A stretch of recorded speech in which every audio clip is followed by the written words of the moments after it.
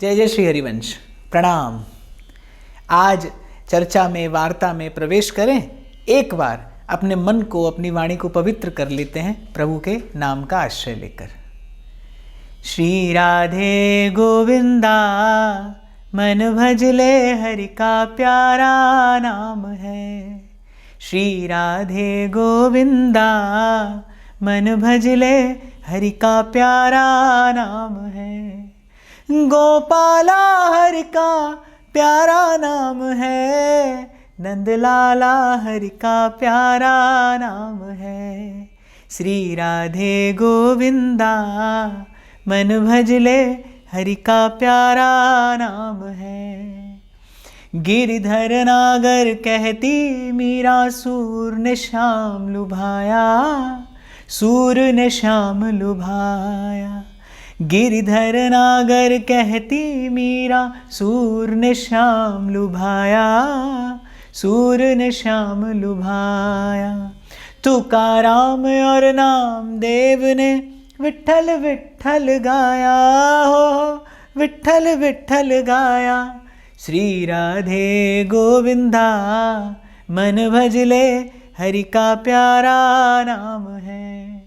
गोपाला हरि का प्यारा नाम है। नंदलाला हरि का प्यारा नाम है।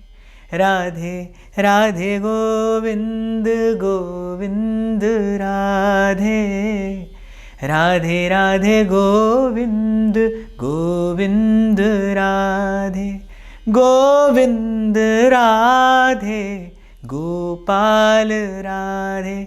श्री गोविंद राधे गोपाल राधे। श्री राधे राधे गोविंद गोविंद राधे। श्री राधे राधे गोविंद गोविंद राधे।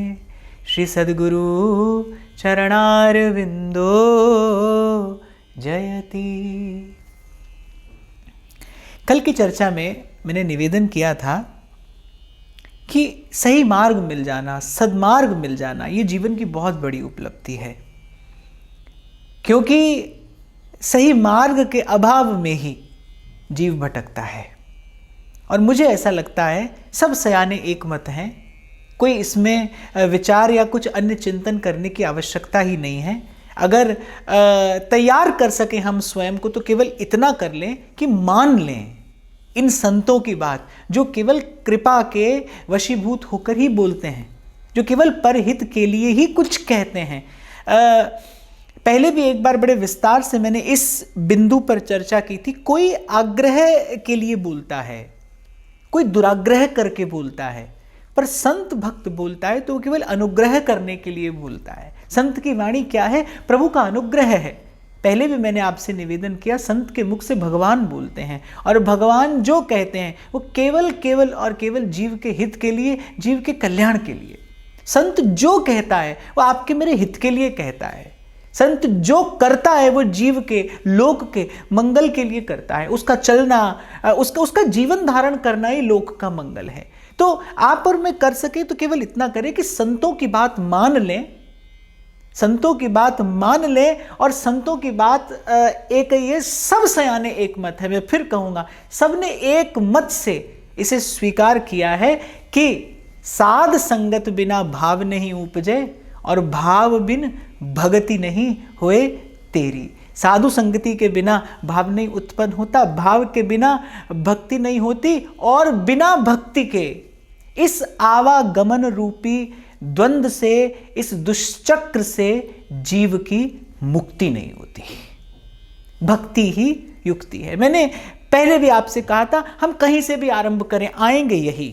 और सारे जीवन में बार बार, अनेक बार, हजारों बार ये बात सुनकर यदि हम समझ जाएं तो समझना ये सफलता है।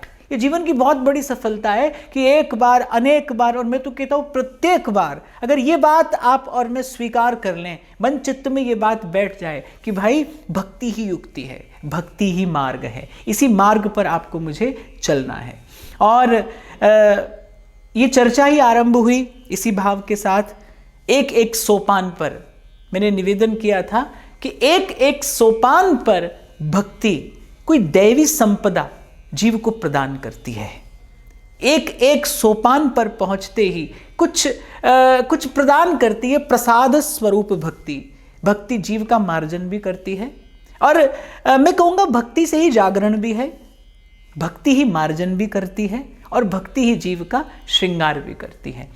सोया है जीव, हम सब सोए हैं, मोह निशा सब सोवनहारा। जिसका विवेक सोया है वो सोया ही है, जिसे अपने हित अहित का बोध नहीं है वो सोया है। जो इस सारहीन क्षणभंगुर संसार के लिए ये जीवन रूपी अमूल्य अवसर खो रहा है वो सोया ही तो है। अच्छा, प्रभु से संबंध बनाना है हमें, तो भक्ति तो सजा कर, संवार कर, निखार कर ले जाती है जीव को। जैसे पहले भी हमने चर्चा की, देवो भूत्वा देवता यजेत।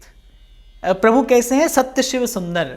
उस परम सुंदर से, उस सर्वांग सुंदर से, उस सर्व सुंदर से संबंध बनाने के लिए पहले भक्ति भी जीव को सुंदर बनाती है। अब सोया है जीव, तो सोए व्यक्ति का तो श्रृंगार नहीं हो सकता, उसका पहले जागरण कराना पड़ता है। वो जब व्यक्ति उठता है तो उठते भी श्रृंगार नहीं हो सकता, फिर उसके बाद स्नान है, मार्जन है, उसके पश्चात श्रृंगार है। तो भक्ति जगाती भी है। जब श्रवण में पड़ती है प्रभु की कथा, जब श्रवण में पड़ती है प्रभु की लीला, ये भक्ति द्वारा जीव का जागरण ही है। ऐसे मोह निद्रा से उठता है जीव जब उसे सत्य का किंचित बोध होता है, संत के मुख से कुछ प्रभु की बात सुनकर, कुछ प्रभु की चर्चा सुनकर। मोह निद्रा ही तो टूटती है, मोह तंद्रा ही तो टूटती है, और ये केवल सत्संग से संभव है भाई। बिन सत्संग न हरि कथा, और तेहि बिन मोह न भाग। मोह गए बिन राम पद, हो ही न दृढ़ अनुराग। बिन सत्संग न हरि कथा। तो ये जो श्रवण है ये जागरण है। फिर उसके बाद कीर्तन स्मरण के सोपानों से होता हुआ जब जीव आता है अर्चन वंदन पर, तब भक्ति उसे दिव्य दिव्य भावों से सजा देती है, संवार देती है। और फिर जब जीव सेवा में आता है और प्रभु स्वीकार कर लेते हैं, जब प्रभु का प्रिय करता है जीव, जब प्रभु का प्रिय करता है। संसार को रिझाने के लिए कैसे कैसे नाच नाचते हैं हम, कैसे कैसे भेष बनाते हैं, और कैसे कैसे संबंध बनाते हैं, कैसा कैसा नाच नाचते हैं हम संसार को रिझाने के लिए। पर भक्त ऐसा नहीं करता। वो जो करता है अपने प्राण प्रियतम को रिझाने के लिए करता है।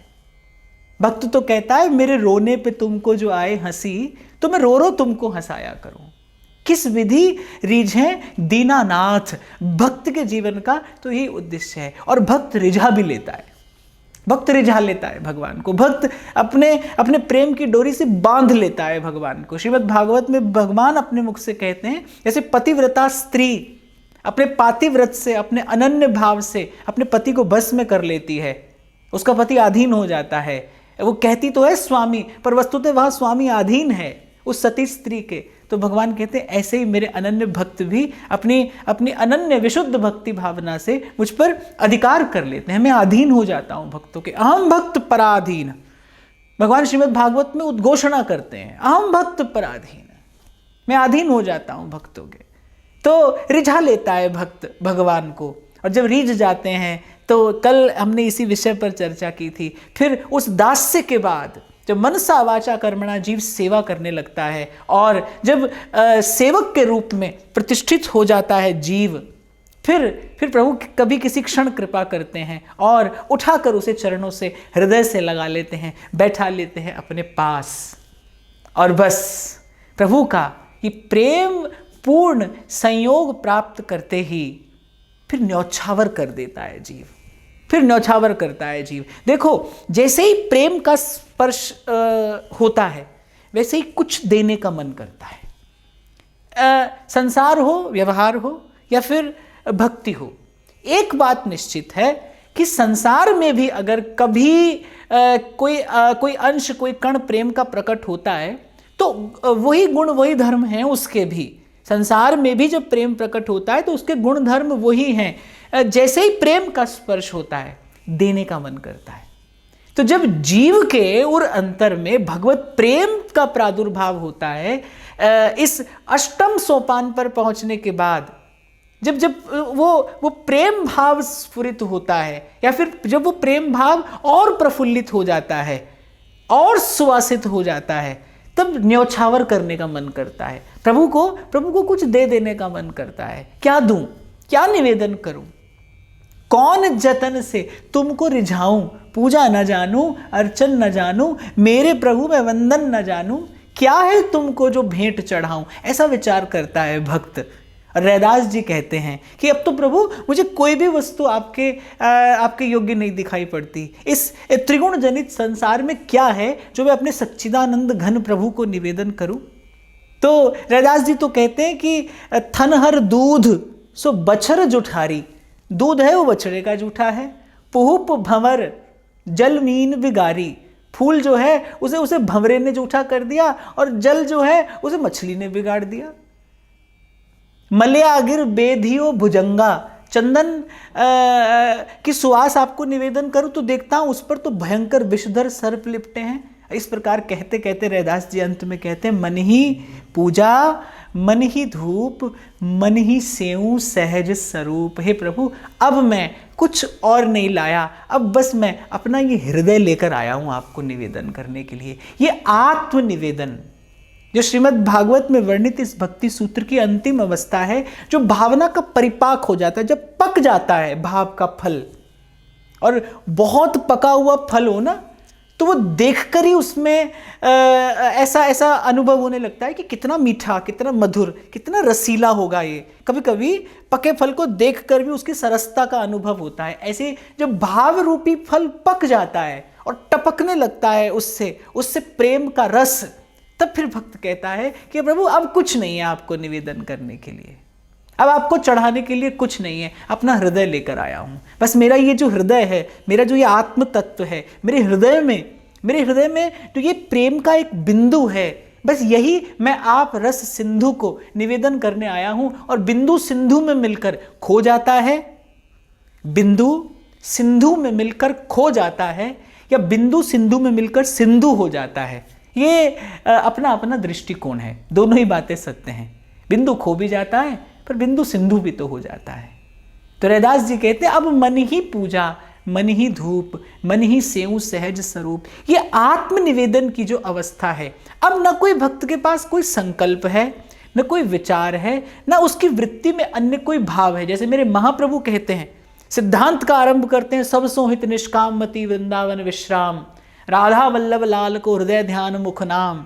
फिर कहते हैं, तनई राख सतसंग में मनई प्रेम रस भेव, सुख चाहत हरिवंश हित कृष्ण कल्प तरु सेव। और उसके पश्चात रसिकों के संग के प्रसाद स्वरूप जब योग्यता मिलती है, जब दृष्टि प्राप्त होती है, अंतर चक्षु खुलते हैं, और उस दिव्य रूप का पान करता है ये मन मधुकर, कि निकस कुंज ठाड़े भये भुजा परस्पर अंश, राधा वल्लभ मुख कमल निरख नयन हरिवंश। और जब प्रेम का परिपाक होता है, फिर अंत में महाप्रभु कह रहे हैं, अब रसना कटऊं जो अन रटऊं, निरख अन फुटऊं नयन, श्रवण फुटऊं जो अन सुनो, बिन राधा जस बैन।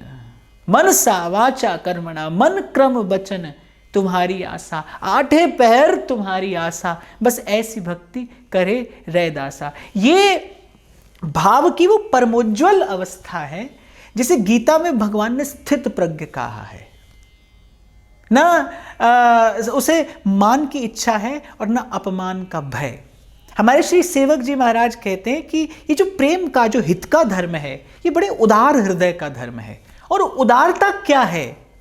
उदार हृदय अर्थात शत्रु मित्र समजान, मान मान अपमान सम।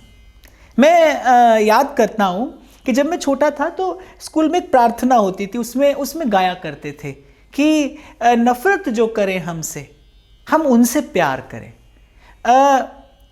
किसी ने कांटा बोया, आपने उत्तर कांटे से दे दिया। एक पक्ष है कि ईंट का जवाब पत्थर से देना चाहिए, पर सब समय सब स्थान पर ये सूत्र प्रयोग नहीं किया जा सकता। अगर बात भक्ति की हो, अगर बात भक्ति की हो, और अगर बात जीवन मुक्ति की हो, अगर बात सदा सदा के लिए इस संसार रूपी द्वंद्व से छूट जाने की हो, अगर बात सदा सदा के लिए कर्म बंधन से विनिर्मुक्त हो जाने की हो, फिर सूत्र संतों का मानना पड़ता है। और संत कहते हैं उदार हृदय अर्थात शत्रु मित्र समजान, मान मान अपमान सम। लेकिन एक बात मैं यहां पर कहूंगा, यह स्थिति 8 सोपान पार करने के बाद आई है।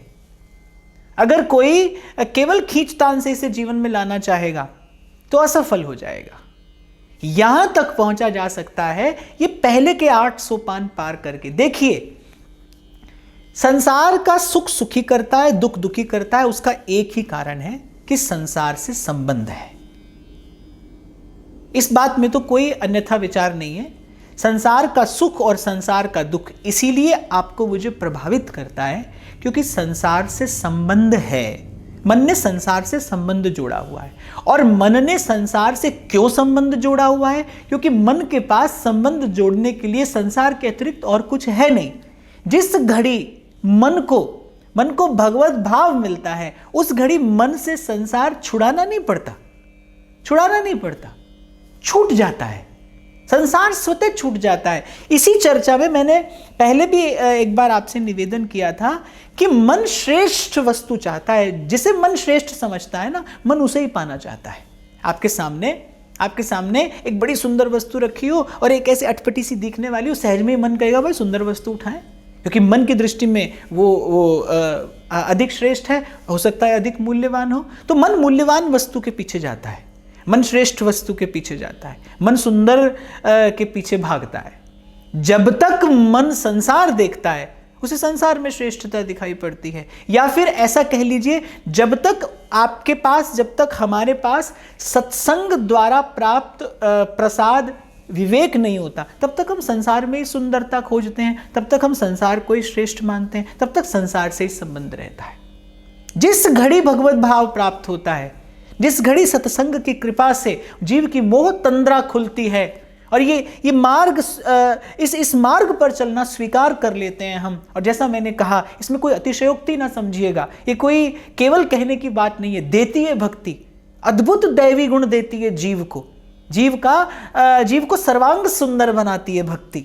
और जब इस मार्ग पर चलता है जीव, चलते चलते फिर आधार प्राप्त होता है। धीरे धीरे पहले प्रभु के नाम में रस का अनुभव होता है, फिर उस रस की कृपा से फिर कभी प्रभु अपने रूप की छवि छटा दिखाते हैं, एक झलक दिखाते हैं। उस रूप के प्रकाश में आत्म साक्षात्कार होता है। फिर जीव प्रभु की लीला में सहयोगी बनता है, फिर जीव प्रभु की लीला के अनुकूल बनता है, उपयोगी बनता है। और फिर इसी प्रकार सेवा में, भाव में जीवन व्यतीत करते हुए अंत में प्रभु के चरण रूपी परम धाम को प्राप्त करता है। यही क्रम है, यही संतों का, यही भगवत भक्तों का अनुभव भी है।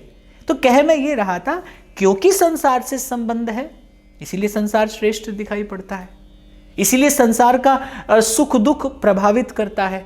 जिस दिन संसार से संबंध विच्छेद होता है, प्रभु से संबंध बनता है, उस दिन ना संसार का सुख है और उसके बाद ना संसार का दुख है, उसके बाद ना कोई पीड़ा है, ना कोई कष्ट है। तो ये जो हृदय की उदारता है, ये केवल कहने सुनने का विषय नहीं है।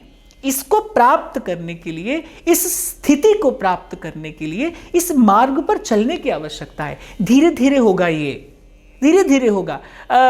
केवल सुनकर करने का प्रयास करेंगे तो आप देखेंगे कि बहुत देर तक इस भाव को आप जीवन में धारण नहीं कर पाएंगे। करना चाहिए, सुनकर ये भाव जीवन में लाने का प्रयास करना चाहिए। पर यदि आप चाहें कि ये भाव सदा के लिए जीवन में स्थिर हो जाए, यही आपका स्वभाव बन जाए। सेवक जी महाराज कहते हैं कि हरिवंश नाम लीन जे अजात शत्रु ते सदा। एक बात स्मरण रखिएगा कि जो हृदय प्रेम करता है वो हृदय किसी से घृणा नहीं कर सकता। यह जो एक मन, जो हृदय प्रेम करेगा वो हृदय कभी किसी से घृणा नहीं करेगा। जिस हृदय में प्रभु के लिए अनुराग होगा, उस हृदय में ईर्ष्या नहीं होगी, उस हृदय में द्वेष नहीं होगा, उस हृदय में मद मात्सर्य नहीं होगा। अरे भानु उदय जो तम रहे तो वह भानु ही ना आए। ध्रुवदास जी कह रहे हैं, अगर प्रभु प्रेम रूपी सूर्य उदय होकर भी ये दोषों का अंधकार रहे तो चिंतन करना चाहिए, कहीं ना कहीं आपसे मुझसे भूल हो रही है। इसलिए मैंने पूर्व में निवेदन किया था कि आधे अधूरे भाव को प्रेम समझ लेना ये बुद्धिमानी नहीं है। संतों के संग में प्रेम का स्पर्श होता है, लेकिन वो आपकी मेरी उपलब्धि नहीं है, उस छवि को, उस छटा को, उस झलक को पाकर आपको मुझे वो वस्तु प्राप्त करनी है। तो श्रवण, कीर्तन, स्मरण, सेवन, उसके बाद अर्चन, वंदन, फिर प्रभु का दास्य भाव, और फिर प्रभु की कृपा से, प्रभु के प्रसाद से, प्रियतम के प्रसाद से मिला वो सख्य। संत कहते हैं सोई सुहागन पिए जा पे रीझे। सौभाग्यवती कौन है जिस पर प्रियतम रीझ जाए? सौभाग्यशाली कौन है जिसे प्रभु स्वीकार कर ले, जिसे प्रभु अंगीकार कर ले? इस संसार में सौभाग्य सूचक अगर कुछ है तो केवल एक ही बात है कि प्रभु स्वीकार कर ले। आपका मेरा कोई प्रयास प्रभु को प्रिय लगे और प्रभु आपको मुझे स्वीकार कर ले, और प्रेम का मार्ग हो, फिर तो प्रियतम की स्वीकृति ही एकमात्र उपलब्धि है। तो जैसा मैंने कहा कि जब ये सख्य का भाव प्रभु से प्राप्त होता है, जब संबंध प्रगाढ़ हो जाता है, जब और निकटता होती है प्रभु से, जब प्रभु अपने से लगने लगते हैं, जब केवल प्रभु ही अपने लगने लगते हैं, जब प्रभु से प्रियता का संबंध होता है, आत्मीयता का संबंध होता है। जैसे मैं कई बार कहता हूँ ना कि कृष्ण कहना अच्छा है, कृष्ण कहना भी सुखद है, पर मेरे कृष्ण कहना, इसका आनंद कुछ और है। जब प्रभु अपने हो जाते हैं, जब आपको लगता है कि मेरे प्रभु हैं, जब सब कुछ उन पर न्यौछावर करने का मन करेगा, तो आप देखेंगे कि प्रभु के रूप के प्रकाश में आप पाएंगे कुछ भी नहीं है प्रभु को निवेदन करने योग्य। मैं तो कई बार कहता हूं, अगर लीला चिंतन करते करते प्रभु के स्वरूप की झलक मिल जाए, नेक से झलक मिल जाए, तो आप पाएंगे इस संसार की कोई वस्तु प्रभु को निवेदन करने योग्य नहीं है। किसी भी प्रकार से कुछ भी प्रभु को निवेदन नहीं किया जा सकता। आपको लगेगा केवल हृदय का भाव, हृदय का प्रेम ही है जो प्रभु की कृपा से प्राप्त किया है, वो ही प्रभु को निवेदन किया जाता है। इसीलिए संत कहते हैं, मेरा मुझ में कछु नहीं, जो कछु है सो तोर, तेरा तुझको सौंपते क्या लागे है मोर। ना मैंने कुछ है किया, ना कुछ करने जोग, जो कुछ किया सो आपने, प्रभु आप ही करने योग। अभी कुछ दिन पहले मैं हिताश्रम में परम पूज्य श्री कमलदास जी महाराज के पास बैठा था, तो बड़ी अच्छी बात उन्होंने कही, बड़ी हृदय को स्पर्श करने वाली। वो कहते हैं कि भाई हम तो श्री ठाकुर जी से कहते हैं, हम तो लुट कर जाना चाहते हैं यहाँ से, हम यहाँ से कुछ भी लेकर नहीं जाना चाहते। हम तो भीतर बाहर की सब अपनी संपत्ति और जो हमने आज तक अर्जित किया, जो साधन से भी अर्जित किया, वो भी सब यहीं बांट कर जाना चाहते हैं आपके पास। तो हम बस एक खाली मन लेकर आना चाहते हैं जिसे आप अपने प्रेम से भर दें। इसीलिए मैं कहता हूं, जिंदगी में थोड़ा ताल्लुक फकीरों से भी रखिए, वो बात बात में बात बना देते हैं। मुझे बात इतनी प्रिय लगी कि जो मैंने साधन से अर्जित किया वो भी मैं सब यहीं पर लुटा कर जाना चाहता हूं, यहीं पर बांट कर जाना चाहता हूं। आपके पास तो प्रभु बस मैं एक रिक्त मन लेकर आऊंगा, एक खाली मन में आपके पास लेकर आऊंगा, जिसे आप अपने प्रेम से, अपने अनुराग से भर देना। यही आत्मनिवेदन की दशा है, यही आत्मनिवेदन की स्थिति है। यहीं पर स्थित प्रज्ञता आती है, यहीं पर स्थिरता आती है। यहीं पर ये जो दृश्यमान प्रपंच है, ये सब समाप्त हो जाता है। फिर बाकी न मैं रहा और न कोई आरजू रही, फिर जिधर देखता हूं उधर तू ही तू है, कि हर एक में तू समाया हुआ है। लाली मेरे लाल की, जित देखूं तित लाल, लाली देखन मैं गई, मैं भी हो गई लाल। और वस्तुतः आत्मनिवेदन के बाद केवल एक ही भाव रह जाता है, प्रेम। इसीलिए वृंदावन के रसिकाचार्य कहते हैं, नवधा भक्ति के बाद वो जो दशधा भक्ति है, अर्थात जिसमें 10 सोपान है, वो 10वां सोपान क्या है? प्रेम। और प्रेम क्या है, कैसा है? ये तो आस्वाद्य है, अनुभव रूपम, गुण रहितम, कामना रहितम, सूक्ष्मतरम, अविच्छिन्नम, अनुभव रूपम, कहने सुनने का विषय नहीं है। तो ये यात्रा आरंभ हुई श्रवण से, श्रवण की कृपा से उत्साह का, उल्लास का संचार हृदय में, उसके पश्चात कीर्तन, श्रवण कीर्तन की कृपा से सतत स्मरण, सतत स्मरण की कृपा से, सतत स्मरण के प्रसाद से निष्कामता की प्राप्ति, निष्कामता से सेवा, और उस निष्काम सेवा के प्रसाद स्वरूप त्याग की प्राप्ति, और उस त्याग की भावना से युक्त होकर, त्याग की भावना से युक्त होकर वस्तुतः जब अपना सुख न्यौछावर करने का भाव आए, उस भाव से प्रेम प्रभु का अर्जन, प्रेम प्रभु की अर्चना, विविध उपचारों से प्रेम प्रभु का सुंदर सुंदर पूजन, और फिर उसके बाद प्रभु की प्रतीति, उस पूजा, उस अर्चना की, उस आराधना की निष्पत्ति होती है प्रतीति में, जब प्रभु अपने स्वरूप की प्रतीति कराते हैं। और प्रभु की प्रतीति के पश्चात जो किया जाता है, जो गुण गाया जाता है, उसे ही वंदन कहते हैं। और जब वंदन होता है, जब जीव विनती करता है, श्याम मन चाकर राखो जी, सांवरिया चाकर राखो जी, चाकर राखो, चाकर राखो, चाकर राखो जी, सांवरिया चाकर राखो जी। मान लेते हैं विनती प्रभु और रख लेते हैं चाकर, और फिर चाकरी करते करते एक दिन कुछ ऐसा होता है जो प्रभु को बड़ा प्रिय लगता है, और प्रभु उठाकर हृदय से लगा लेते हैं। वो जो सख्य भाव प्रतिष्ठित होता है, फिर उसके पश्चात जैसे ही प्रभु के हृदय से लगता है जीव, वो जो संचार होता है उस दिव्य प्रेम का, उस अगाध अबाध प्रेम का, क्या न्यौछावर कर दूं, क्या लुटा दूं अपने प्राण प्रियतम पर। फिर देखने भालने पर भी अपने अतिरिक्त, अपने इस भाव भरे, प्रेम भरे हृदय के अतिरिक्त कुछ भी निवेदन करने योग्य नहीं मिलता। तब सब चर्चाएं समाप्त हो जाती हैं, वाणी मौन हो जाती है। तब तन पर, मन पर, बुद्धि पर, चित्त पर केवल एक प्रेम का एक छत्र राज्य हो जाता है। मन मनमोहन के पास, चित्त चोर के पास, आत्मा अर्थात हित अर्थात प्रेम, वो प्रेम सिंधु में मिलकर सदा सदा के लिए सत्य चित्त आनंद की प्राप्ति कर लेता है, अनुभूति करता है, आस्वादन करता है। प्रभु की कृपा से भक्ति के भावों की चर्चा करते करते हम श्रवण से लेकर आत्मनिवेदन तक पहुँचे। आत्मनिवेदन के पश्चात केवल एक ही भाव रह जाता है, प्रेम।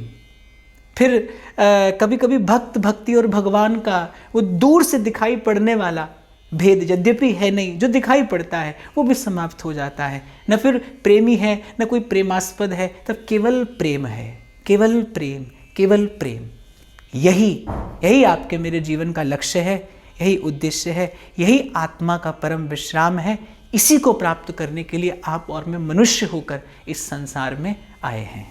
प्रभु की कृपा से ये जो कुछ प्रसाद मुझे मिला, मैंने आपको वितरित किया, आपके साथ मिलकर बैठकर हमने चर्चा की। अब मैं ये अवश्य कहूँगा, प्रभु की कृपा से प्रसाद तो मिल गया, अब हमें कुछ दिन इसकी चर्चा, इसका चिंतन, इसका मनन, इसको जीवन में धारण करने का प्रयास करना है। क्योंकि उपनिषद का सूत्र है, आत्मा अरेवा द्रष्टव्य, जो ये जिसके विषय में कहा सुना जा रहा है, क्या वो दिखाई भी पड़ता है? उपनिषद कहते हैं हाँ वो दिखाई पड़ता है। आत्मा अरेवा द्रष्टव्य, कैसे दिखाई पड़ता है? श्रोतव्यो, सुनकर, लेकिन केवल सुनकर नहीं, श्रोतव्यो मंतव्यो निधिध्यासित। पहले उसके विषय में सुना जाता है, फिर उसका चिंतन मनन किया जाता है, विचार किया जाता है। बार बार विचार करिए, बार बार श्रवण करिए, बार बार चिंतन करिए। उसी से रसस्वरूप प्रभु का प्रादुर्भाव होता है, हृदय मंदिर में प्राकट्य होता है, और गुरु के प्रसाद से प्रभु की प्रतिष्ठा मन मंदिर में होती है। ये जीवन कृतार्थ हो जाता है, धन्य हो जाता है। खूब विचार करिएगा, खूब चिंतन करिएगा, और फिर प्रभु प्रेरणा करेंगे, मैं फिर आपके पास कोई भाव, आपके पास कोई चिंतन लेकर आऊँगा। लेकिन तब तक ये 10 दिन की जो चर्चा है, मैं ऐसा समझता हूँ, अगर कोई संकल्प लेकर अनुष्ठान की भांति इसका श्रवण और चिंतन करेगा, उसे इस रस समुद्र से कोई ना कोई भाव रत्न अवश्य प्राप्त होगा। जीवन अवश्य समृद्ध बनेगा, जीवन अवश्य प्रभु के योग्य बनेगा, लीला के उपयोगी बनेगा। जय जय श्री हरिवंश। प्रणाम।